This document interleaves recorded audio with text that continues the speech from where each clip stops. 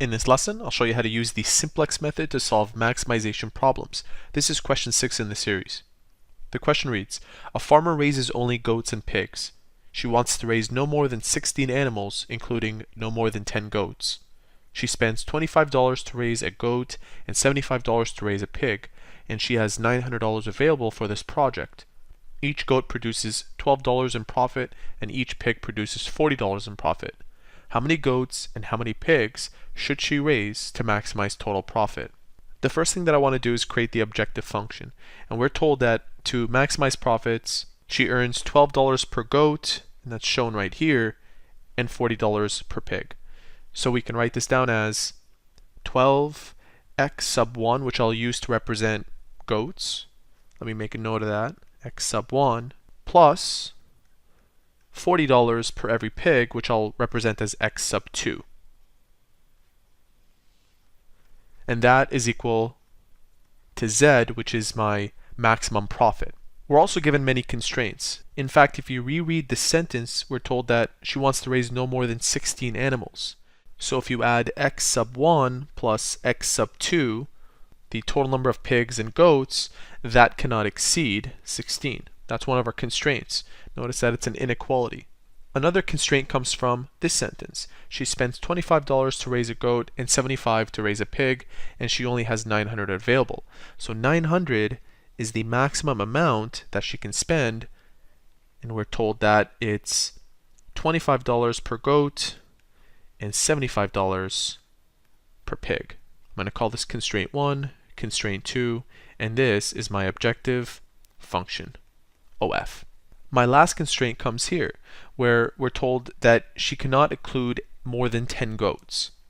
So my third constraint will be x sub 1 cannot exceed 10. Now, just like what we did in one of our previous questions in this series, you'll notice that in this constraint, there's a number that's equally divisible in all three terms. If we divide each of these terms by 25, you can actually reduce this constraint to something easier to work with. For example, dividing this by 25, I end up with x sub 1. Dividing that by 25, 3x sub 2, and 900 divided by 25 gives us 36. So rather than using this one, I'll use this modified version. The next thing that I want to do is convert my constraints into equations. And to do that, you need to introduce slack variables. Starting with constraint number 1, the one that I'm hovering over, I can make this into an equation by introducing a slack variable, which I'll call s sub 1. So this becomes x sub 1 plus x sub 2 plus a slack variable s sub 1 is equal to 16. Let's do the same thing for this one. And I've labeled these 1 through 3, although the order doesn't matter. So you could have placed this one last, this one first. It really doesn't matter, as I mentioned. So to make this into an equation, I can write down x sub 1 plus another slack variable, s sub 2, and that's equal to 10. In our final constraint, the one that I reduced, that becomes x sub 1 plus 3x sub 2 plus s sub 3. You want to introduce a slack variable for each of the constraints, for each of the inequalities, and that is equal to 36. Now we don't need to introduce a slack variable for the objective function. It's already an equation. The next thing that I want to do is rewrite these as an augmented matrix. In other words, I want to strip away the variables and just focus on the coefficients of each term. This equation becomes 1, 1, 1, and it doesn't have an s sub 2 or s sub 3, so we'll use zeros there, and it doesn't have a z either. So I'll put another 0. The constants are always at the end, so I'll write down 16. Just so that you're not confused, this column is for x sub 1, x sub 2, s sub 1, sub 2, sub 3, z, and this is our constants.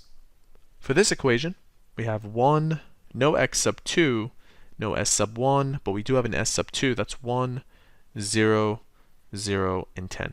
Let's continue on with this equation. 1, 3, 0, 0, 1, 0, 36. And lastly, your objective function always goes as the last row in your augmented matrix. Our objective function was 12x sub 1 plus 40x sub 2. What you want to do is you want to bring these terms over to the side of the z term. So bring this over and that over. By bringing them over, they also become negative, so keep that in mind. Therefore, we have negative 12, negative 40, no s sub 1 through 3. We do have a z finally, it's 1, but no constant, because remember, when you brought them over, the left side was 0, and that's your constant technically. What you see right here is your augmented matrix. Let me center it on your screen for clarity. Now that we have our augmented matrix, this is also referred to as the initial simplex tableau. The first thing that you want to do is analyze the numbers at the very bottom, the objective function numbers. And you want to pick out the most negative number here. The most negative number is negative 40. So this column right here, the x sub 2 column, becomes the pivot column. What we do with the pivot column is the following. We'll take these constants and divide those constants by the number that's there. So I'll write down quotient for the answer to a division problem. 16 divided by 1 is 16. 10 divided by 0, you're going to reject that. And 36 divided by 3 is 12. Of these two numbers, 12 is the smallest. So this right here is our pivot number. So this was our pivot column. This is our pivot number. And this number right here is called the negative indicator. So this row will remain exactly the way it is, but we'll use it to make this 1 into a 0 and this negative 40 into a 0 using matrix row operations. How do we do that? Well, for row 1, I can multiply all of row 1 by 3 and then subtract it with the numbers found in row 3. For example, if I multiply this by 3, I end up with 3 minus 1 gives me 2. 3 times 1 is 3 minus 3 gives me 0. Notice that we want to make these numbers all into 0 except for that 3. Furthermore, this negative 40 needs to become a 0. What I can do there is multiply all of row 3 by a factor of 40 and all of row 4 by a factor of 3 and then add those two up. If you do that correctly, your row 1 and your row 4 should look like this. The updated matrix that you see on your screen is what happens when we perform the following two matrix row operations.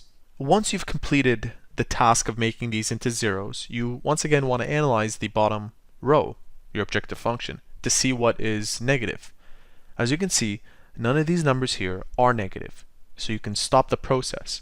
If there were negative, then you would once again have to assign a pivot number and make the numbers in that column equal to 0. Also, what this means, given that every number is positive, is we can start to come up with an answer. This will serve as one of our basic solutions. This will also serve as one of our solutions. And so will this column. And this column, wherever you see one number and the rest are zeros. So, for this column we have 3x to the power of 2, x to the power of 2, 3, and that's equal to 36. So I can solve for the number of pigs, 12. This farmer will need 12 pigs to maximize profits. Let's continue. We can solve for s sub 1. In this particular case, it doesn't hold valuable meaning to us, but let's solve for it anyway. 3 times s sub 1 is equal to 12. We end up with a slack variable value of 4. Doing the same thing for s sub 2. That's simply equal to 1, its coefficient. Therefore, the answer is 10. And lastly, for this column, the most important number, 3 times z is equal to 1,440. If we divide both sides by 3, we end up with a maximum profit of $480 if 12 pigs are being raised. And as you can tell, because x sub 1 didn't have a value, then you would disregard any of the goats and you would just focus on the 12 pigs being raised, and that will earn you the maximum profit of $480. And there you have it. That is how to use the simplex method to solve maximization problems.